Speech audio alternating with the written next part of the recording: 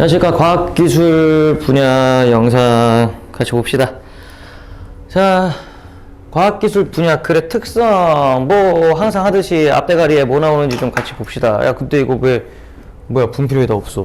과학 분야의 글은 자연현상이나 물리적 세계를 대상으로 하며 그 대상의 구조나 변화의 원리를 보편적인 인과법칙에 의해 서술한다고 합니다. 인과법칙이 뭐냐? 원인과 결과라는 말이죠. 아시죠? 이거 설마 모르겠어?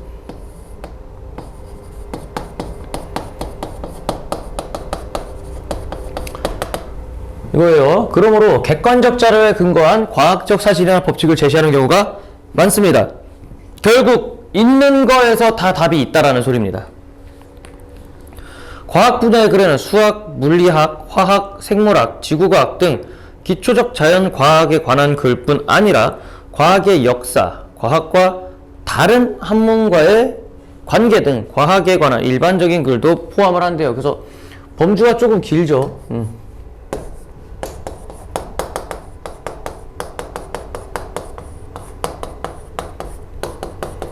과학 분야의 범주입니다. 기술 분야는요. 근데 솔직히 과학이나 기술이나 그게 그거거든. 기술 분야의 글은 과학 이론을 실제로 적용해서 자연과 사물 등을 인간 생활에 유용하도록 가공한 다양한 기술에 관해 서술한다고 합니다.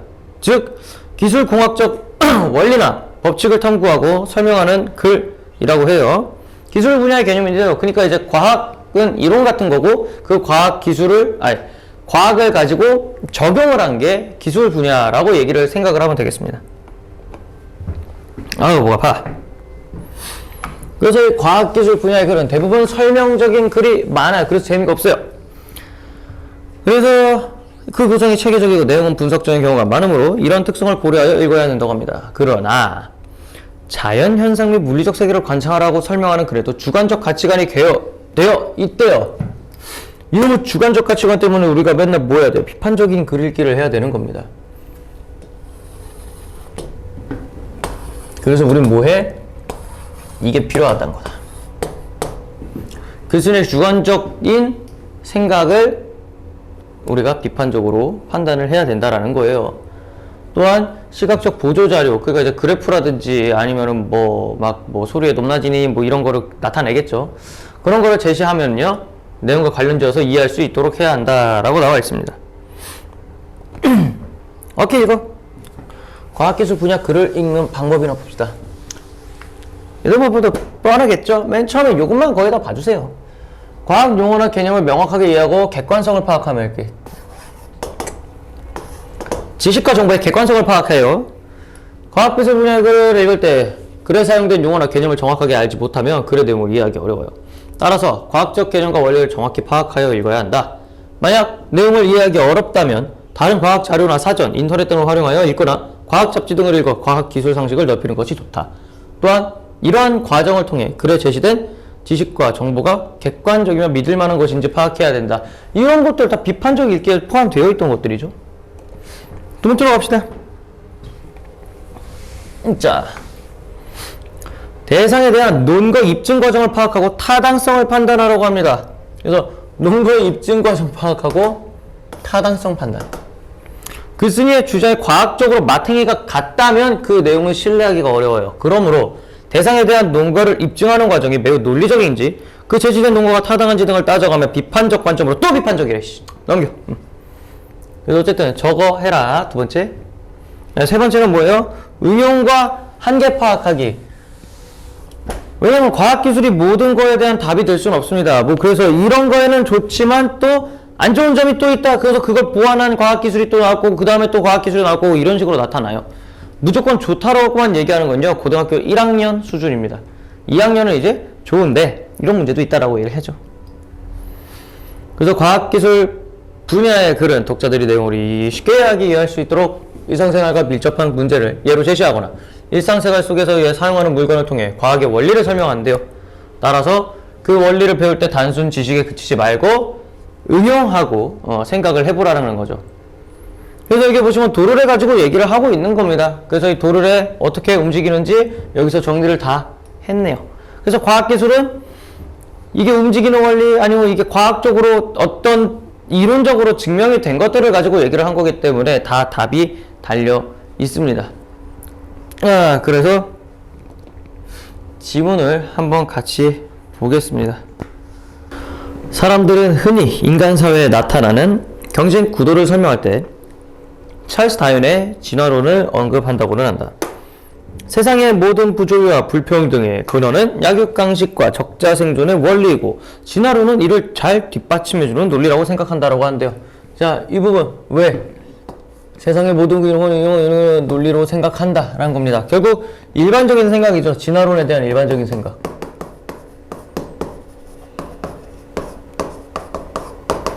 왜냐하면 약육강식이라는 말이 진화론을 제일 대표하는 말 중에 하나입니다.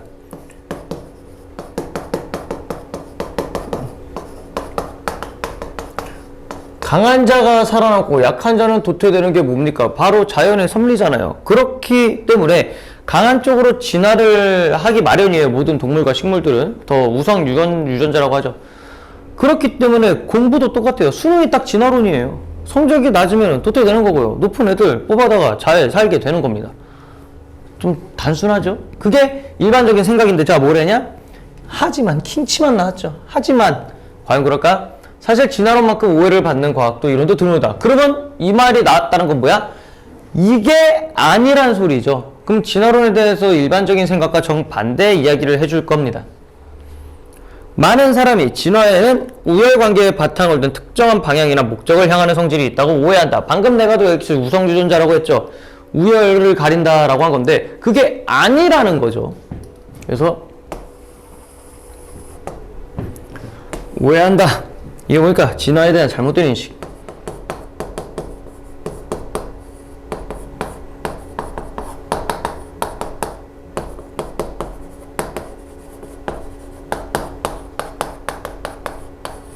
이게 첫 번째야.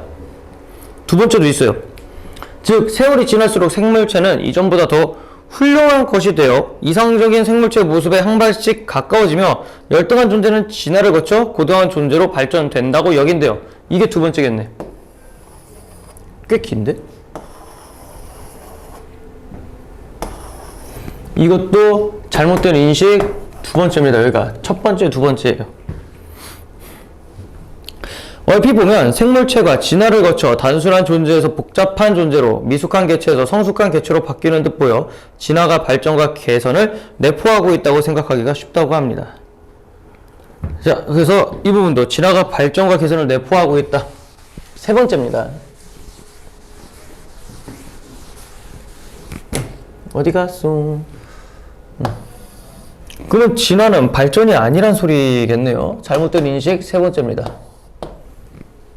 생물체의 변이는 우연적인 사건이지만 오랜 세월을 거쳐 누적되다 보면 마치 누군가가 의도를 가지고 특정 개체만 선별해낸 듯이 뛰어난 형질을 지닌 생물종이 남는 경우가 있기 때문이라고 합니다. 그래서 어딨어? 생물체의 변이는 여기 진화에 대해 잘못된 인식을 갖게 된 원인이에요.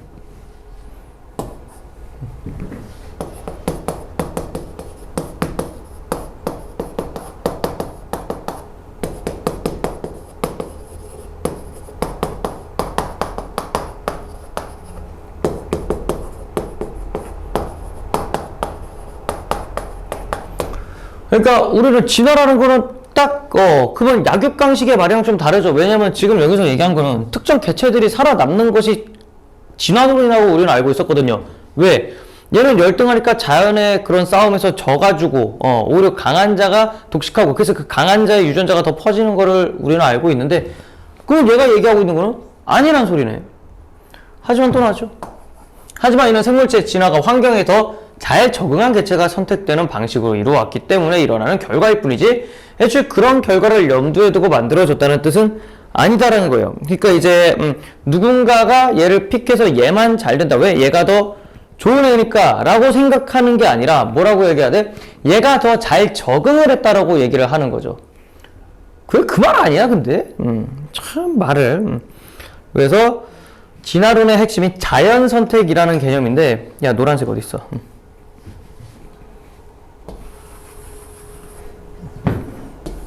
이게 핵심입니다. 진화론의 핵심.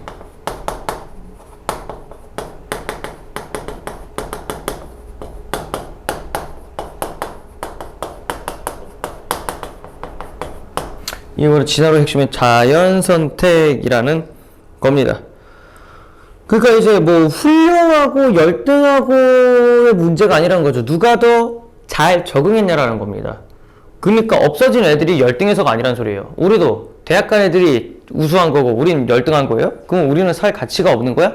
그런 게 아니라 그냥 21세기 현대 대한민국의 교육에 잘 적응을 했기 때문이지, 그렇다고 해서 그 교육에 잘 적응하지 못한 애들이 열등한 건 아니란 소리죠. 자, 넘어가겠습니다. 아이고, 뭐야 이거? 톡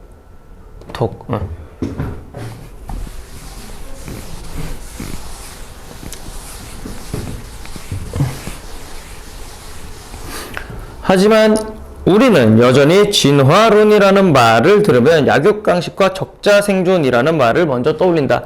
저게 고정관념이죠, 우리의. 이 부분.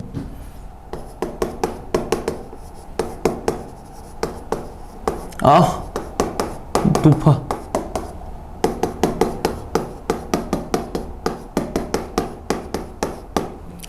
선입견과 고용을.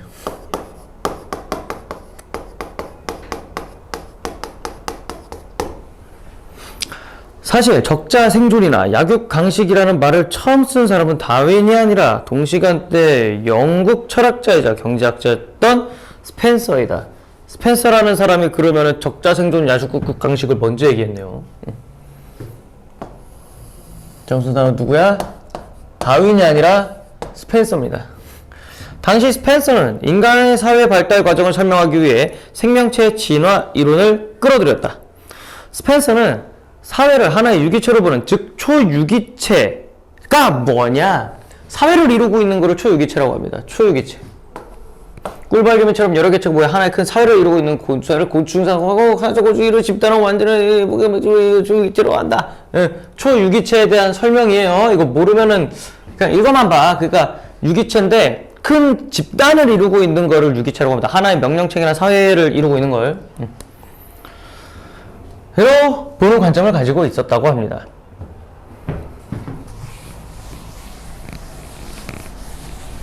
아이고.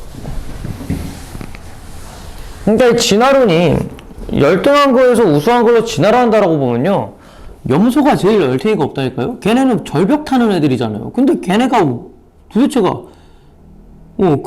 아무리 봐도 걔네는 진화론에 있으면 약육강식에 의해서 다 뒤졌어요. 이미 나무늘보는 어떤데 그냥 다 떨어져 죽고 뭐 먹혀 죽었지. 그런 거 보면 또 진짜 적자생존 약육강식 뭐 이런 말은 틀린 것 같아요. 계속 읽어보겠습니다. 그래서 이랬는데 이를 초유기체로 보는 관점을 가지고 있었다. 사회가 생물체와 같은 특성을 가진다고 하면 사회의 발달 과정 역시 생물체와 같을 것이라는 생각을 했대요. 자, 이 부분 유추의 과정이죠. 이게 바로 유추의 과정. 유추의 과정을 통해서 스펜서는 뭔가를 연구하려고 했나봐요. 즉, 생물체가 단순한 것에서 복잡한 것으로 진화했듯이 사회도 단순한 구조에서 복잡한 구조로 진화한 것이다. 그리고 쥐가 어디 갔어? 쥐가 고양이의 먹이가 되고 정어리가 갈매기의 먹이가 되듯이 단순하고 약한 동물들은 복잡하고 힘센 동물의 먹이가 되고, 사회적 약자는 권력과 힘을 가진 이에게 늘 수탈당할 수밖에 없다는 논리를 펼쳤다고 합니다. 즉, 이게 바로 약육강식의 논리죠. 스펜서가 얘기한 약육강식의 논리.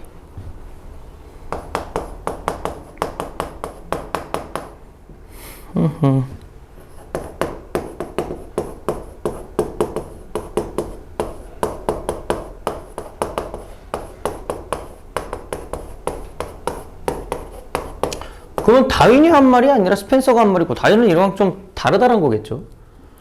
그리고 이를 적자생존과 약육강식이라는 말로 압축해냈다라고 합니다. 자, 이 얘기가 뭐냐? 스펜서가 제시.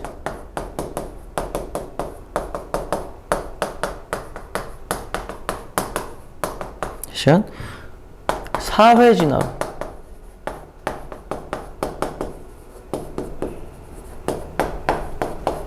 사회진화론의 핵심.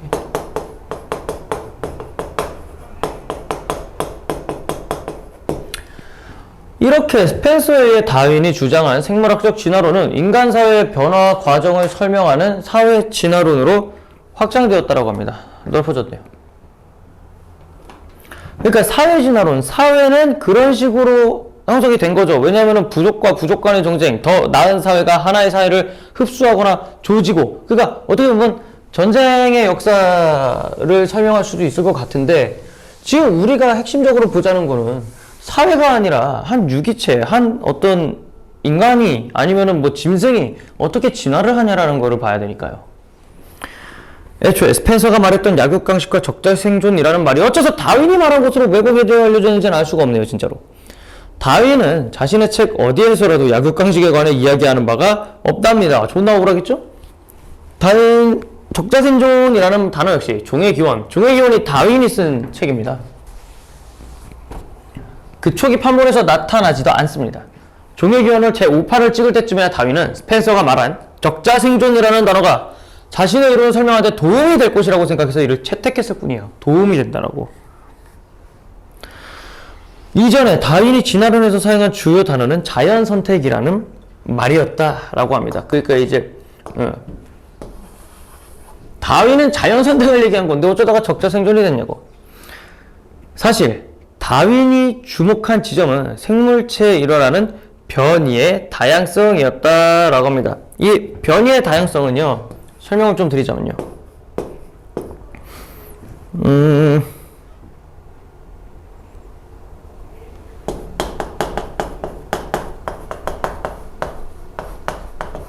같은 종에서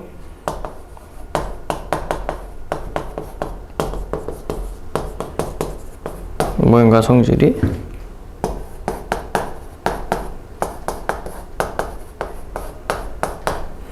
다른 개체가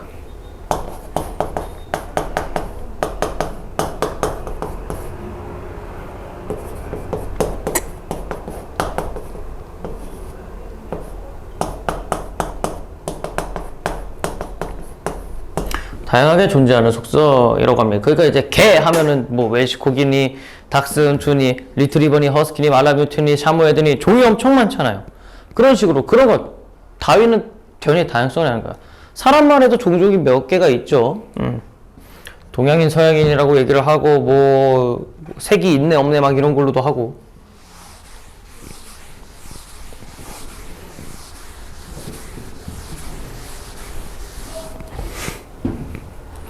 계속 보겠습니다. 특히 유성생식을 하는 생물체는 유성생식이 뭐냐면은 이제 그 암수가 서로 만나는 것들이요. 유성생식을 하는 생물체는 암수 유전자를 섞어 양 후손을 낳을 수 있는 특성상 조금씩 다른 자손을 낳는다고 합니다. 이 자손은 각자 환경에 기대어 살아가기 시작하는데 그 가운데서 주변 환경에 조금 더 잘 적응한 개체가 자연 선택의 대상이 된다는 겁니다.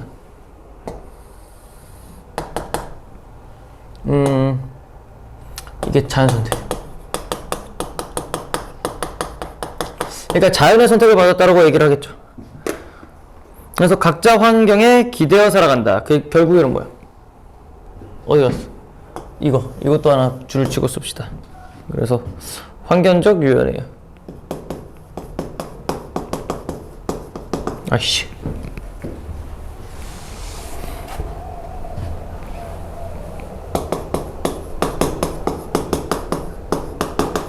환경적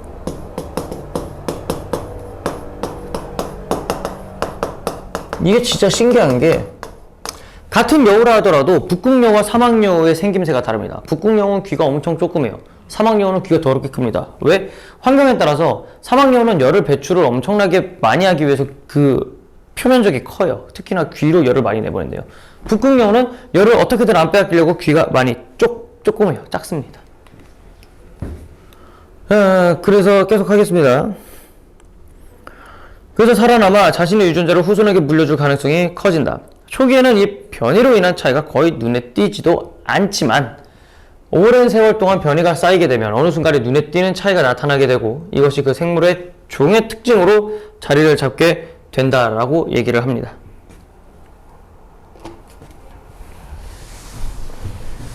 그러면 지금까지 얘기를 하자면 일단은 다윈은 약육강식 적자생존이라는 말은 안 했고 스펜서가 한 거다. 그럼 다윈은 오히려 뭐에 중심을 받냐?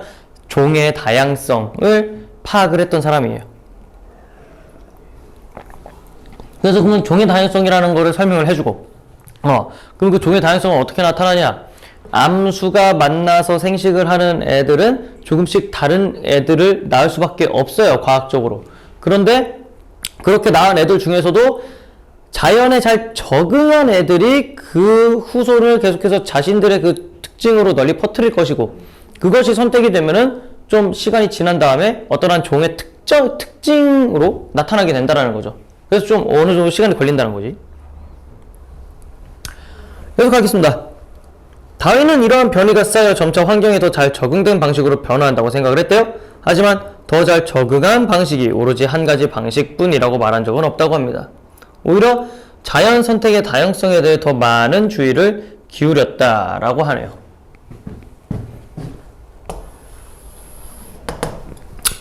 자, 씁시다.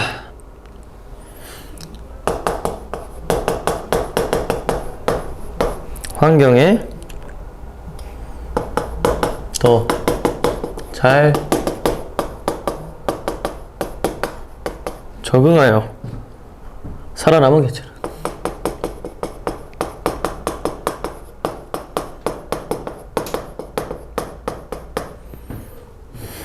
한 종류가 아니라 다요.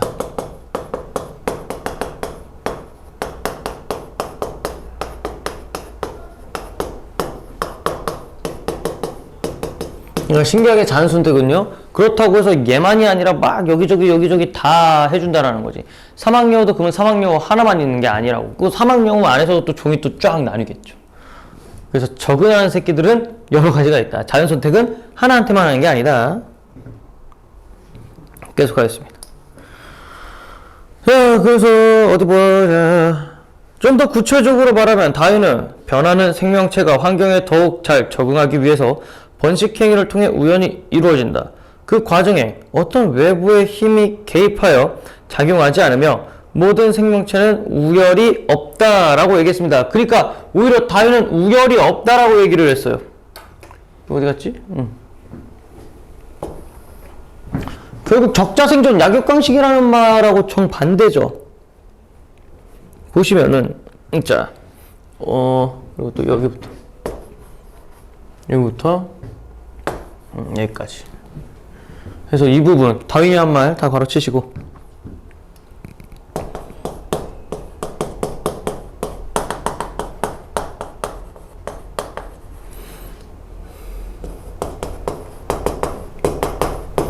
다윈이 쓴 글을 인용하여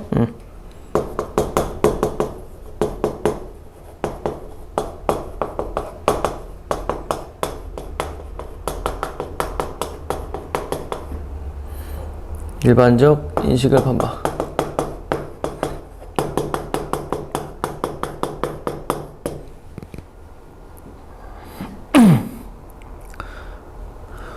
이 글 어디에도 약한 것이 강한 것보다 열등하며 강자가 약자를 짓밟아도 좋다는 뜻은 담겨있지 않습니다. 다윈은 다양한 생물종을 관찰한 뒤 생물체를 있게 한 원동력은 환경에 적응하며 얻게 된 다양성이라는 결론을 내렸다라고 얘기를 합니다. 결국에는 우리가 오해한 내용은요, 이겁니다.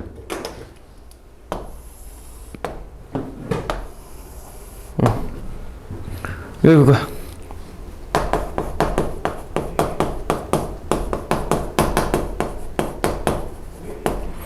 다윈의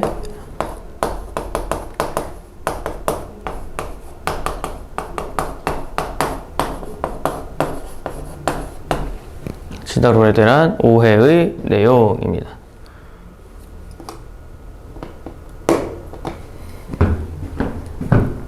짜짜.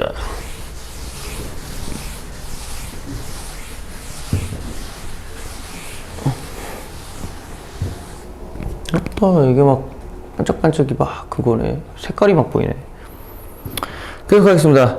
다윈이 해결성보다는 다양성에 더욱 주목했으면 다윈 핀치라는 별명으로 잘 알려진 갈라파고스 핀치에 관한 연구에서 뚜렷이 드러난다라고 합니다. 다윈 핀치가 뭐야? 갈라파고스 핀치라는 게 뭐냐면요, 이제 이 논문을 사용한 거예요. 그러니까 이게 논문이야. 갈라파고스 핀치. 그래서 이거 논문을 통해서 자신의 주장 근거 올리는 겁니다, 이거.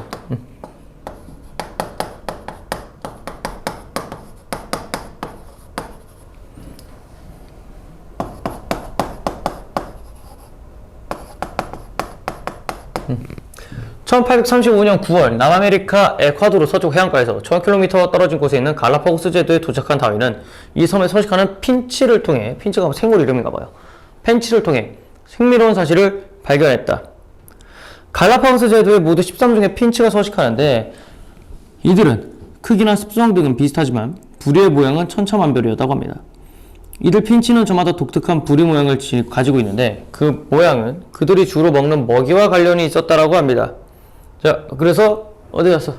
흥미로운 사실. 이 흥미로운 사실이 뭐냐면요, 핀치의 부리에서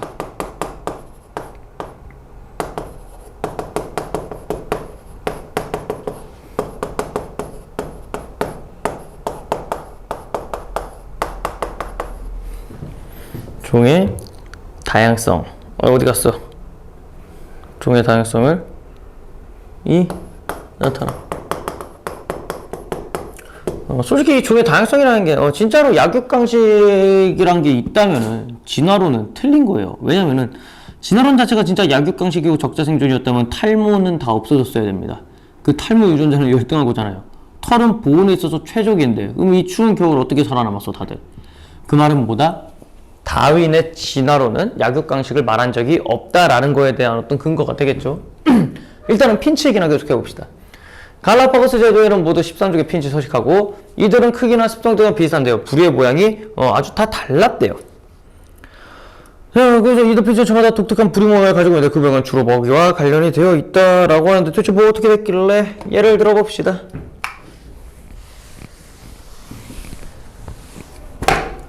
예를 들어 나무 껍질 안쪽에 숨어있는 벌레를 잡아먹는 핀치는 단단한 나무 껍질 속에 부리를 밀어넣고 벌레를 찍어 올리기에 유리한 긴 주사바늘처럼 생긴 부리를 가지고 있다라고 합니다. 그러니까 이제 조금은 쉽게 설명하고 있는 겁니다. 어떻게 생겨먹은지를 알아야 돼서 이거 그 다음에 견과류나 씨앗을 졸라게 처먹는 애는 튼튼하고 강한 지렛대 모양의 부리.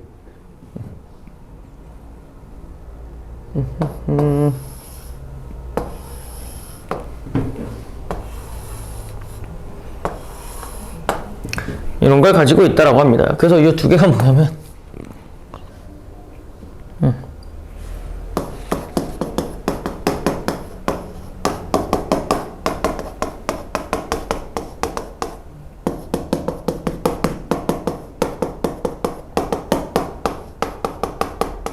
일상에서 쉽게 접할 수 있는 사물의 비율.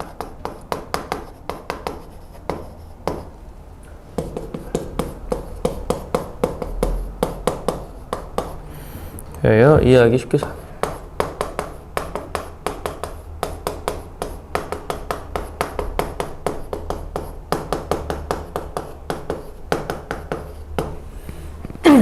갈라파고스 제도에서는 13종의 핀치의 모양 달랐고 부리만큼 먹이도 다 달랐다. 다윈은 다양한 핀치의 부리 모양과 먹이의 관계를 관찰한 결과 13종의 핀치는 원래 하나의 종이었으나 오랜 세월 저마다 처한 환경에서 가장 능률적으로 구할 수 있는 먹잇감을 찾는 동안 다양하게 변화했을 거라고 생각을 한다고 합니다. 원래는 다 똑같았는데 그렇게 진화한 거죠. 각각의 진화를 한 거다. 근데 그 진화가 일렬로 된 게 아니라 여러 가지로 됐다라는 것을 봤을 때 자연 선택 때문에 종의 다양성이 나타나게 됐다라고 정리를 할 수가 있겠네요. 자, 그래서 보시면 여기부터 생각했다. 이렇게.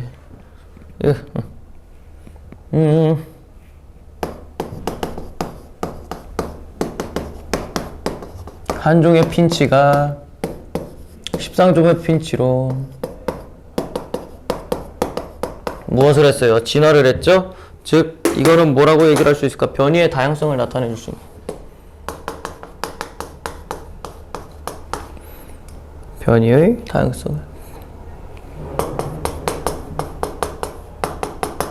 변이의 다양성에 대한 근거. 여기서 흥미로운 것은 시간의 흐름에 따라 핀치들이 하나의 우수한 족으로 통합되는 쪽이 아니라 오히려 여러 개로 쫙 쪼개졌다고.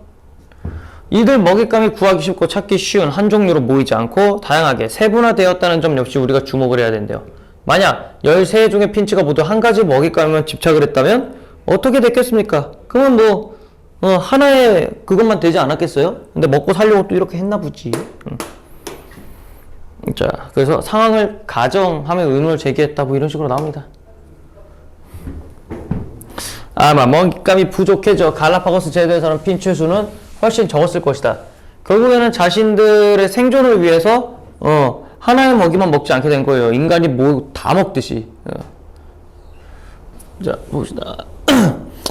그러나 13종의 핀치는 각각 처한 환경에 따라 작은 곤충, 큰 곤충, 날아다니는 곤충, 나무 껍질 안쪽에 숨어있는 곤충, 딱딱한 씨앗, 부드러운 열매 등 종마다 다양한 먹잇감을 택하는 전략을 취했다. 그래서 같은 먹이 사슬 안에서 종끼리 경쟁할 필요 없이 제한된 서식지 안에서 더 많은 수의 핀치가 살아갈 수가 있었대요. 어디 갔어? 같으면 소용없이 핀치가 살아갈 수 있었다. 이 부분. 그래서 진화에서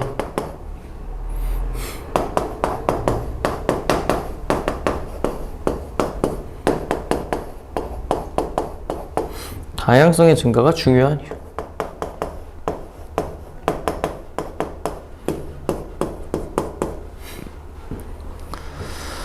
자연계에서 이러한 예는 무궁무진하다라고 합니다. 심지어 누군가에겐 쓰레기일지라도 모르는 이를 활용할 줄 아는 다른 누군가에게는 귀중한 자원이 될 수 있다. 소의 똥이 쇠똥구리에게 더없이 훌륭한 먹잇감이 되고 악어의 이빨에 끼인 찌꺼기조차 악어새에게 일용할 양식이 되는 동물의 모습을 보면 오롯이 타인을 짓밟아야만 살 수 있을까 하는 잔혹한 약육강식의 적자 생존에 놀리는 생태계에 대한 모독으로 느껴질 정도다라고 합니다. 자, 이 부분 나오면 이제 우리 질문에서 공생이라는 개념이 슬슬 나오려고 빌드업 치고 있는 부분입니다. 그래서 이거 소똥이랑 악어새 이야기, 이게 뭐냐면요, 공생하는 사례.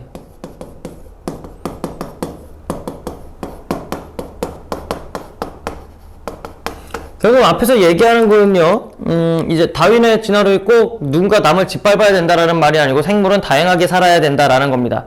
그러면서 아까 핀치 얘기했죠. 핀치 얘기하면서 다양하게 애들이 진화했기 때문에 그 안에 많은 개체들이 서로 공생을 할 수가 있었다고요. 그러면서 이제 자연스럽게 공생의 이야기로 쭉 빠지고 있죠. 쇼크. 그래서 이처럼 생물체의 다양성 증가라는 방식을 통해 저마다 자신에게 적합한 자원을 쓰고 자리를 차지하면 아무 무리 없이 살아간다고 합니다. 다양한 생물종이 아무리 제각기 다양한 자원을 나누며 살아간다 해도 생물의 가짓수에 비해 자원의 가짓수는 적을 수밖에 없습니다. 따라서 같은 자원을 놓고 여러 생물종이 경쟁해야 하는 일은 피할 수가 없대요. 그러니까 경쟁은 무조건 있다는 소리예요. 그러나 이런 상황에서도 서로 다른 종을 없애고 모든 자원을 차지하기 위해 욕심을 부리진 않았어요. 아니, 실제로 많은 생물종을 서로 내쫓기 위해 싸움을 벌이기보다는 서로 공존하는 방식을 찾고는 한다고 합니다. 이러한 다양한 예를 들며 실제로 경쟁보다는 공생이 진화의 원동력이라고 주장하는 학자도 많다고 합니다. 자, 공생이 더 중요하다라고 하는 겁니다. 왜? 진화하면 결국에는 뭐를 해야 된다? 결국에는 맞짱을 떠야 된다는 거야. 근데 그 맞짱을 뜨는데 단순히 맞짱만 떠가지고는 생물이 살아가는 데 있어서 필요가 없다. 차라리 오히려 같이 사는 게 더 낫지 않냐라고 하는 거죠. 아무리 왜? 쓸모없는 애는 없으니까. 여성 생물학자 린 마글리스? 사람 이름 나왔네 일단. 공생 진화론을 주장하는 학자의 한 사람입니다. 공생 진화론에 따르면 생명체는 한정된 자원을 놓고 서로 경쟁하기보다는 한 발 물러서서 상부상조 전략을 추구한다고 합니다. 그래서 이거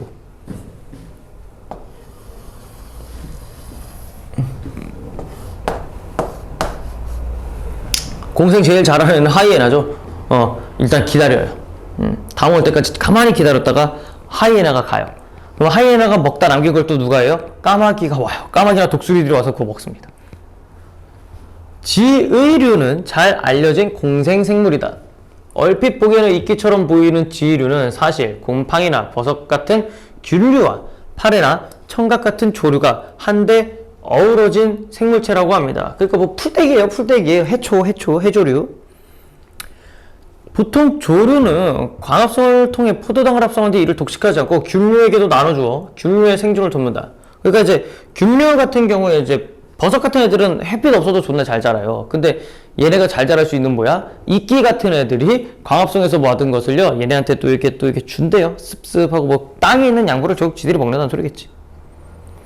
한편 조류로부터 포도빵을 넘겨받은 균류는 공기 중에 수증기를 흡수하여 조류에게 공급해주고 조류가 생존할 수 있도록 하며 조류의 포자 방출을 돕기도 한다라고 합니다. 뭐 지들끼리 지지고 볶고 하네요.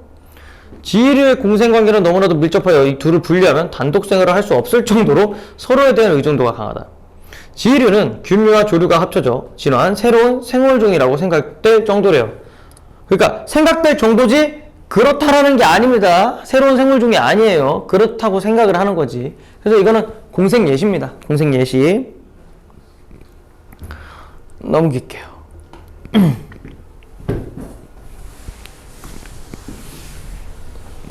1836년 2월 이 5년간의 비그로 탐험을 마치고 고국으로 돌아온 다윈은 자신이 수집한 자료를 바탕으로 하여 생물의 변화에 연구하기 시작했대요. 다윈은 무려 22년이나 연구를 지속하였지만 좀처럼 이를 세상에 발표하지 못했다. 왜? 쫄려서? No, 신중해서. 신중해서. 다윈의 신중한 성격.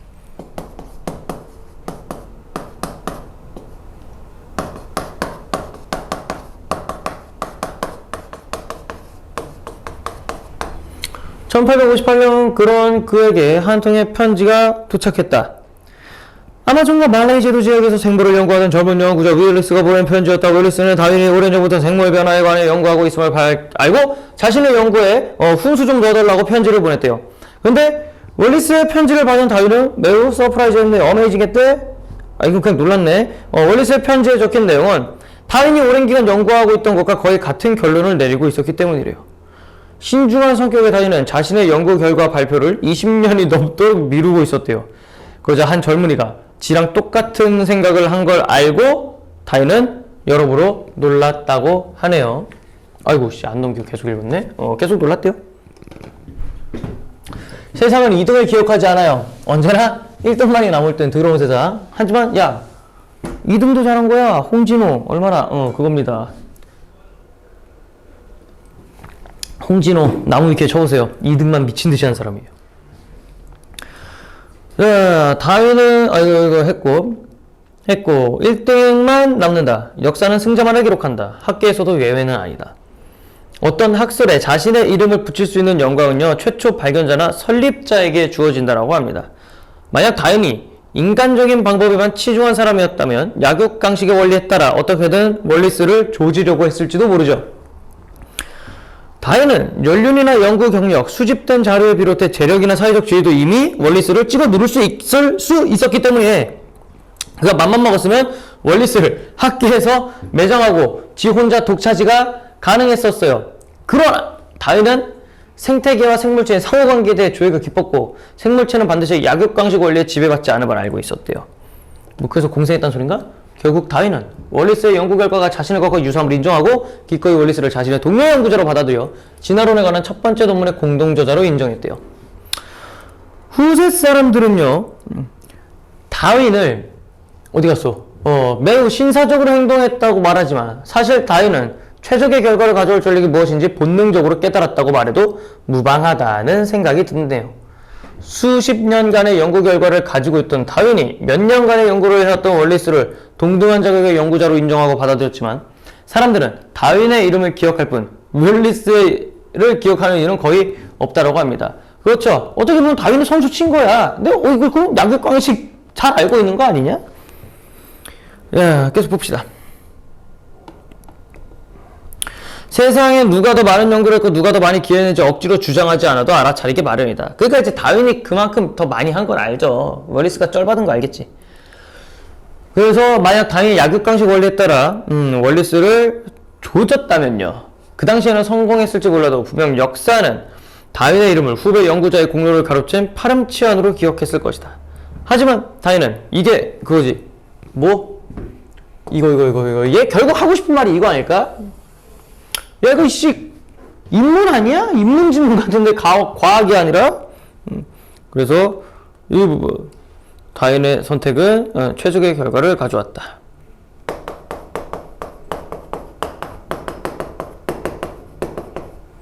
다윈의 선택,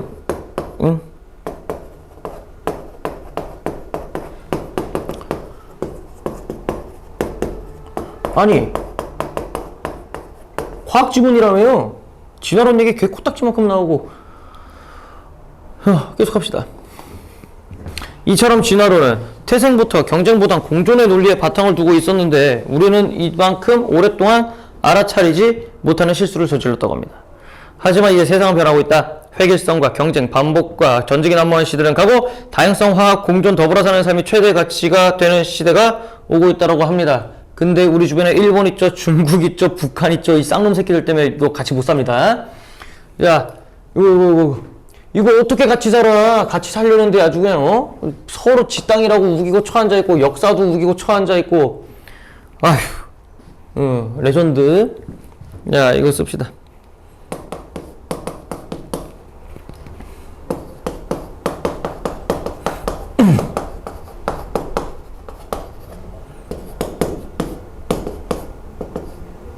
시대의 변화를 제시하여 다양성과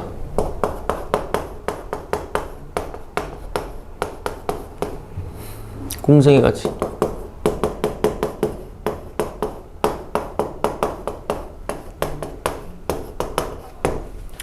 이미 생명체는 태고적부터 체득하고 겪어왔던 방식의 가치를 다윈의 월리스의 손을 잡았던 그 시절부터 사람들에게 알리고 싶었던 것을 세상은 이제 깨닫게 된 것이다 라고 하는데, 그 생태계 생명체예요. 노란색으로 쓰죠.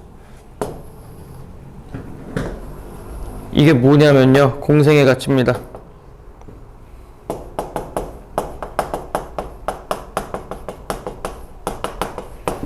자, 이렇게 하면서 끝이 납니다.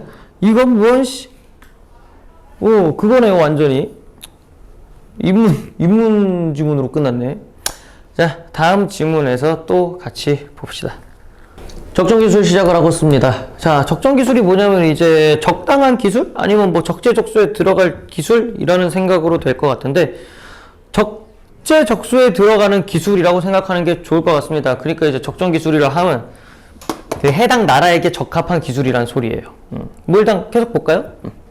뭔 소리인지는 지문 보면 알겠죠. 여러분은 하루에 돈을 얼마나 쓰나요? 왜 질문 때려? 뭐겠어? 질문 통해서 그거 안 쓰지 말자. 질문 통해서 어그로 끈다. 주의 환기시킨다. 저는 주로 교통비, 식비로 하루에 10,000원 이상을 지출합니다. 하루에 10,000원 안 쓰는 사람이 어디 있어? 길거리에서 호떡 사 먹어도 그 돈이 얼만데? 그래서 지금 자신의 경험 얘기했죠. 에이씨, 진짜 쓰자. 이거 뭐야? 질문을 통해.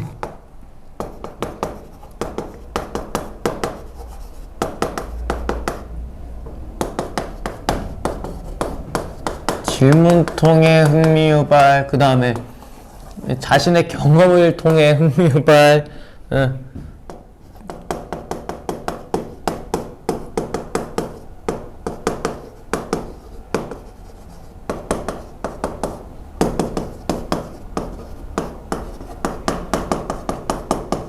귀찮아.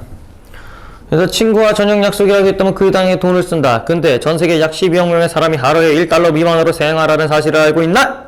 하루 2달러 미만으로 사는 사람 약 30억 명이라고 하니 전 세계 90%가 빈곤층으로 생활하고 있다고 해도 과언이 아니랍니다. 그러니까 이제 우리가 어떻게 얘기해야 될지 감이 오죠? 그 나라에 적합한 기술이란 소리예요. 그러니까 결국 빈곤층에게 필요한 기술이라는 말로 이해를 하시면 되겠죠. 이런 사람들에게 전기를 사용한다는 것은 쉽지 않은 일입니다. 왜? 전기료를 낼 돈이 없을 텐데. 전기가 마을에 들어오려면 전기 만드는 발전소와 전기를 보내는 송전선이 필요한데 이럴 돈 없죠. 게다가 전기가 공급한다면 하루 2,000원 정도 살아가는 이들에게 전기세 내면 뭐가 남는데? 라고 얘기를 하는 겁니다. 빈곤층이 전기 사용 못하는 이유.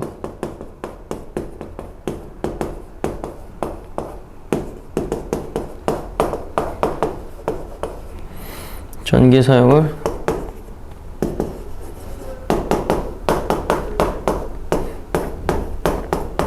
이겁니다. 자, 어떻게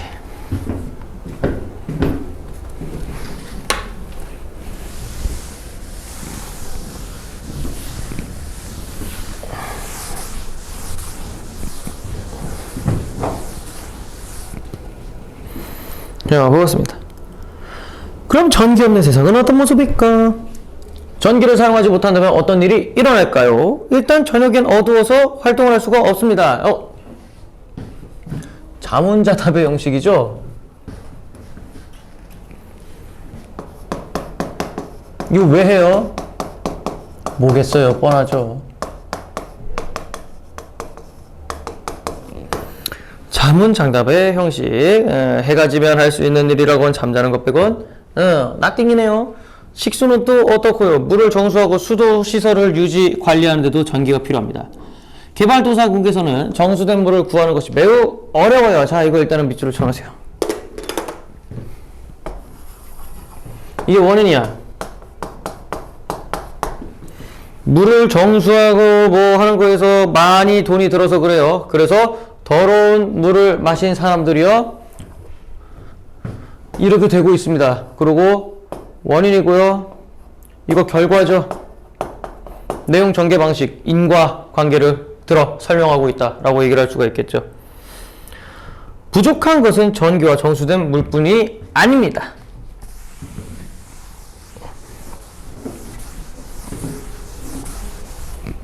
그 외에도 여러 기술을 사용할 수 없는데요. 돈이 없어 불편함을 겪거나 죽을 수밖에 없는 그들에게 현대의 최첨단 과학이란 참 부질없어 보이기 합니다. 그렇다면 그들은 가난하다는 이유로 불편함과 죽음의 공포 속에서 사는 것을 당연히 여겨야 할까요? 아닙니다. 기술의 혜택을 상대적으로 많이 누리는 우리가 그들을 도와주어야 합니다. 그래서 빈곤층도 기술의 혜택을 받을 수 있도록 하자는 취지에서 생겨난 기술이 바로 적정기술이라고 합니다. 자, 그래서 이거도 이거야.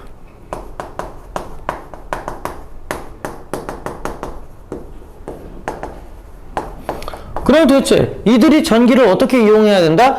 그들의 실상에 맞게 기술을 사용하는 것이 바로 적정 기술이라는 거죠. 네, 그래서 봅시다. 이 사람 근데 자문자답 졸라 쓰네. 대량 생산이 아닌 대중에 의한 생산. 적정 기술 운동은 마하트마 간디가 맨 처음 시작했습니다. 왜? 인도에 아무것도 없었거든요. 그는 지역을 중심으로 하는 작은 기술을 개발하려고 노력했습니다. 인도의 각 마을이 독립적으로 경제활동을 할 수 있게 하기 위해서였대요. 자, 이거 밑줄 치세요. 할 수 있게 하기 위해서였습니다. 즉, 이게 적정 개발하는 거죠.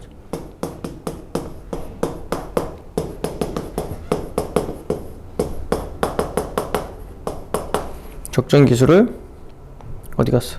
개발하려야지.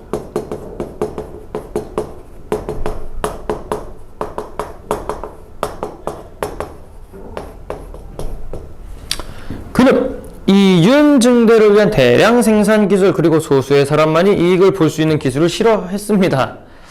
애플 보면 까무러치시겠네. 근데 요즘은 뭐 이런 게 당연한 거죠. 이 기술을 왜? 기업이 하는 거는 기업의 이윤을 증대하기 위해서 그렇지. 오히려 이거 빠져나가면 산업 스파입니다. 오픈해주는 게 오히려 감사한 거죠. 갑자기 막 대놓고 막, 야, 그거 좋아 보이는데 내놔. 이거는 이제 공산당이 하는 거고요. 간디의 이러한 운동에 영향을 받은 경제학자 에른스트 슈마우는 작은 것이 아름답다라는 책에서 중간기술을 강조했습니다. 적정기술 말고 중간기술? 최소의 비용으로 현지의 재료를 사용하여 현지 사람들이 직접 사용할 수 있는 기술을 중간기술이라고 합니다.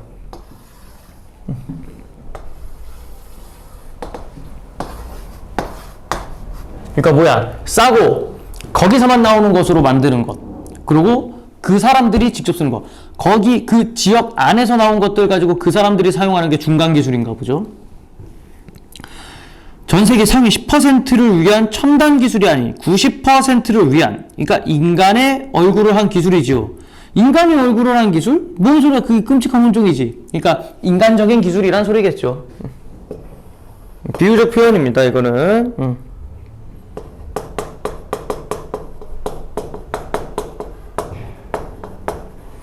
인간의 삶을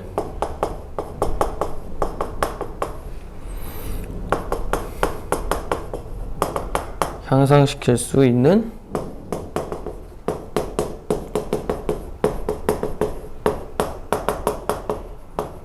적정 기술. 그러니까 이게 비유적 표현.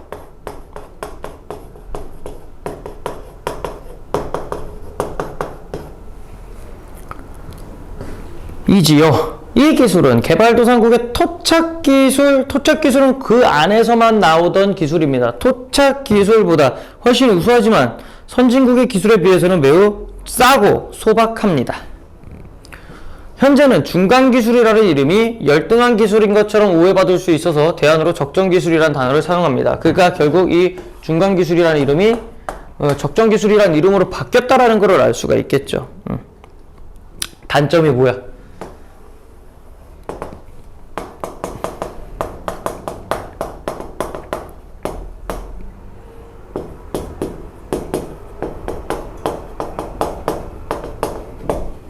그래서 이렇게 바꿔야 된대요. 그리고 적정 기술이 되려면요 몇 가지를 충족을 해야 된다네요. 근데 몇 가지가 아니야, 10가지야. 준내 많아.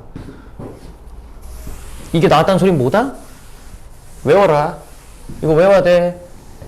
적은 비용, 그 다음에 가능한 현지 예산하는 재료, 현지 기술력과 노동력, 제품의 크기는 적당하고 졸라 간단해야 되고, 지식 없이도 사용해야 되고, 주민 스스로 만들어야 하고, 협업 끌어내서 지역사회 발전 공헌하고, 분산된 재생 가능한 에너지 자원 사용하고, 야씨, 사용하는 사람들이 해당 기술을 이해할 수 있어야 되고, 상황에 맞게 변화할 수 있어야 된다. 야, 이거 다 되면은 오히려 비쌀 것 같은데. 자, 지금부터 적정 기술의 예시와 그 속에 담긴 과학 원리를 살펴보겠다고 얘기했습니다. 자, 화제를 제시하고 있죠, 이제. 그럼 이제 적정 기술이 뭔지 한번 봅시다라고 하는 거야. 근데 이런 게 다 되면요, 막 소형화가 되거나 되게 막 깔끔하고 디자인 측면에서는 거의 구대기일 겁니다. 하지만 이게 목적이 뭐냐면요, 뭐 사치품이라든가 아니면은 뭐 삶의 질을 높이는 거는 맞지만 디자인은 그려야 돼요. 왜? 이 사람들이 살아가는데 꼭 필요한 거라서 디자인은 신경도 안 씁니다. 읽으면서 듣기했지만 적정 기술은 어떻게 보면 졸라 불편해 보일 것 같아요. 하지만 전기가 없어 어둡게 사는 것보다 오염된 물을 마시며 살아가는 사람들의 환경을 가는 사람들에게는 꼭 필요한 기술이라고 합니다. 전기 필요 없는 냉장고 졸라 쩐다. 운동을 열심히 하고 난 뒤 땀이 쫙 흐를 때 냉장고에 들어있는 차가운 음료수 한 잔 들이키면 지리죠? 하지만 전기시설이 미비한 아프리카 지역에는요 냉장고가 존재하지가 않는다라고 합니다. 그렇죠. 40도가 넘는데 차가운 음료수는 됐고 음식들이 상하다. 부패한 음식을 먹은 주민들은 당연히 질병에 취약할 수밖에 없습니다. 그러니까 당시 상황을 알려주고 있죠. 얘네가 어떤지. 근데 항아리 냉장고는요 전기시설이 열악한 아프리카 지역 주민을 위한 냉장고라고 합니다. 그래서 이거 보시면 항아리 냉장고가 있거든요. 실제로 뭐 많이 들어있네 진짜. 이름에서도 알 수 있듯이 작은 항아리를 큰 항아리에 넣는 간단한 구조인데요. 자, 이 부분은 좀 알아야 되죠. 이 항아리 뭔 소리야? 항아리 냉장고의 구조적 설명, 그러면서 과학적 기술을 알려주겠죠. 두 개의 몸 사이에, 그러니까 이게 항아리 안에 항아리입니다. 이렇게 항아리가 있으면요, 여기에 항아리가 또 있어요. 여기다가 하는 거고요. 여기 보시면은 두 개의 몸 사이에 모래를 채워놓고 물을 부어줘요. 모래랑 물은요, 여기다가 채우는 겁니다. 이렇게. 마지막으로 작은 항아리 속에 농작물이나 음식으로 이렇게 하고 그 다음에 젖은 천으로 덮으면 냉장고랍니다. 이런 간단한 구조로 보통 이틀이면 상하는 음식을 3주 동안이나 보관할 수 있다라고 합니다. 그러니까 열을 차단시켜주는 효과를 가지고 있나 보죠. 물을 적신 천으로 덮으면 뭘까? 젖은 천은 공기와 최대한 마찰을 안 하게 하려고 그런 게 아닌가 싶습니다. 전기도 없이 3주간 신선함을 유지할 수 있다니 어떻게 가능하냐? 물이 수증기가 되려면 열 에너지가 필요하다. 물이 열을 계속해서 흡수해 공기중으로 증발하기 때문에 항아리의 온도는 낮아진다. 그래서 주기적으로 항아리에 물을 뿌려주면 항아리 속 온도를 계속해서 낮게 유지할 수가 있대요. 근데 왜 하필 물이야? 물은 졸라 쉽게 구할 수 있기도 하지만 더 중요한 이유는 물 분자 사이의 결합이 다른 액체보다 특이하기 때문입니다. 자, 이 부분 물인 이유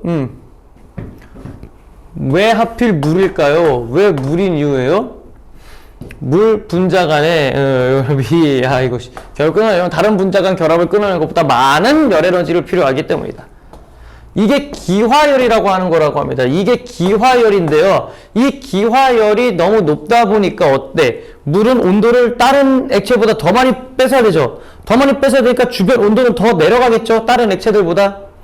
그래서 따라서 다른 액체보다 많이 내려가지고 수증기로 나라가 좀 더 오랫동안 해수를 차갑게 유지할 수 있다라는 겁니다. 그러면 이 이야기는 뭐야? 물의 기화열이 높아서 가능한 거죠.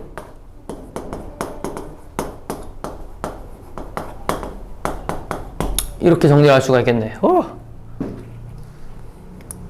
그래서 항아리 냉장고의 구조, 원리, 기능 알아두세요. 다음은 뭘까요? 뭐겠어? 안경 도수가 계속 바뀐답니다. 졸라 신기하죠? 안경 도수가 순식간에 바뀌는 마법. 안경을 쓰거나 렌즈 착용하는 사람이 있냐? 시력이 나빠 잘 보이지 않는데 안경 없이 어떻게 생활해야 되냐? 계속 질문 폭격기죠? 생각만 해도 개답답하다. 우린 이런 답답함을 간단하게 해결할 수 있다. 하지만 흐릿한 세상을 당연하게 받아들이는 사람도 있다.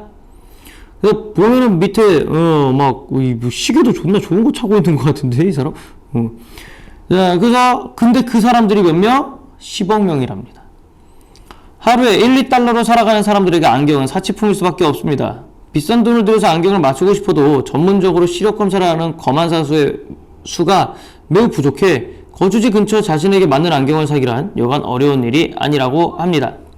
안경이 귀한 이들에게 세상을 또렷하게 본다는 것은 불가능한 일처럼 느껴진다라고 합니다. 값싸고 검안사 없이도 쉽게 초점이 조절되며 한 번 사서 평생을 쓸 수 있는 안경은 없을까요? 사람들에게 또렷한 세상을 선물한 산타 할아버지 같은 기업이 있다라고 합니다. 그러니까 이제 뭐야? 이 사람들이 배경 나왔죠? 어떤 사회적 배경이 있냐면은 쉽게 접근이 안 돼요. 안경집이 없단 말이야. 우리는 그냥 집만 나가면 안경집 수두룩 빽빽 하잖아. 그냥 가가지고 안경 사러 왔는데요. 그러면 검사부터 진행하잖아요. 근데 여기는 그런 검사해주는 사람조차 적고 안경집도 없고 문제가 많다라는 겁니다. 근데 그걸 혼자서 다 해결할 수 있는 것을 그런 기업이 나타났대요. 그 기업은 스스로 도수를 조절할 수 있는 안경을 개발했다고 합니다. 우리는 근시에 빛을 퍼뜨려주는 오목 렌즈를, 원시에는 빛을 모아주는 복록 렌즈를 사용한다는 것을 과학 시간에 배웠대요. 그런데 이게 시시때때로 바뀌는 게 좀 신기하네. 근데 원시인 사람도 근시인 사람도 모두 도수를 조절할 수 있는 안경이란 정말 가능한가? 안경의 렌즈는 딱딱한데 그것을 어떻게 순식간에 조절할 수가 있냐? 개발자들은 그래서 이가 없으면 잇몸으로 라고 얘기를 하는 거죠. 이거 말 아시죠? 꽁 대신 닭, 이가 없으면 잇몸으로. 무조건 써야 되는 게 없을 때는 다른 대체제를 사용한다는 뜻입니다. 그래서 고체가 불가능하면 액체로 렌즈를 만들면 된다고 생각했습니다. 안경의 양 다리에 있는 액체를 주사기로 조절해 투여하면 투명한 막 사이로 실리콘 오일이 들어와 막의 볼록한 정도를 바꿀 수 있도록 말이죠. 막을 통해 들어오는 빛의 굴절 역시 바뀌는데요. 이를 이용하면 오일을 얼마나 주입하냐에 따라 안경 도수를 언제든지 바꿀 수 있습니다. 또 실리콘 오일은 증발이 잘 안 돼요. 안경을 한번 사면 반영구적으로 사용할 수도 있대요. 이 안경의 가격은 15달러였지만 5달러 밑으로 내리려고 엄청 노력을 하고 있다라고요. 그러니까 실리콘 오일 이렇게 여기를 조절하면 실리콘 오일이 이렇게 들어갔다가 나왔다 들어갔다 나왔다 나봐. 이제 이렇게 들어가면 볼록해질 거고 또 쭉 빼면은 어떻게 돼? 이렇게 오목 들어갈 거잖아요. 그러니까 그거를 실시간으로 자기가 조절을 한다라는 거죠. 대신 이 안경이 생겨먹은 거 보니까 좀 쓰기는 힘들어 보여요. 뿔테도 이런 뿔테가 없지. 위에서 다른 적정 기술 외에도 많은 기업과 과학자가 더 나은 환경을 만들어가기 위해 기술 개발에 힘쓰고 있습니다.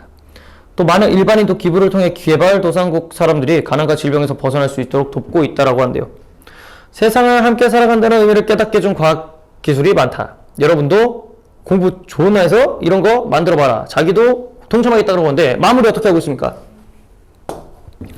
마무리 필요성, 강조, 당부 이런 거 하고 있죠. 그래서 이제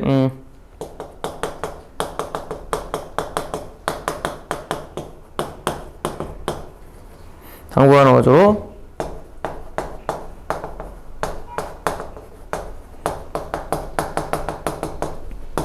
적정 기술 개발 참여 및 더불어 사는 아우씨 힘들어.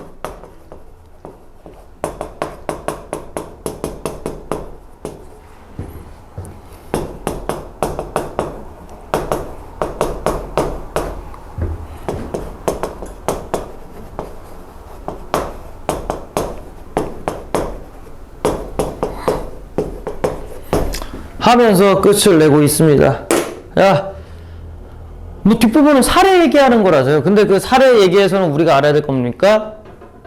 그 기술이 어떻게 이루어지는지 원리 파악을 해야 됩니다. 그 원리를 이용해서 어떤 식으로 효과가 있는지 그것만 알아두시면요. 여기는 뭐 문제 틀릴 일이 없습니다. 아마 학교에서 적정 기술에 대한 다른 뭐 학교의 지문을 낼 수도 있으니 그런 거 있으면 꼭 가져오시기 바랍니다. 자, 듣느라 수고했습니다. 문제 푸세요.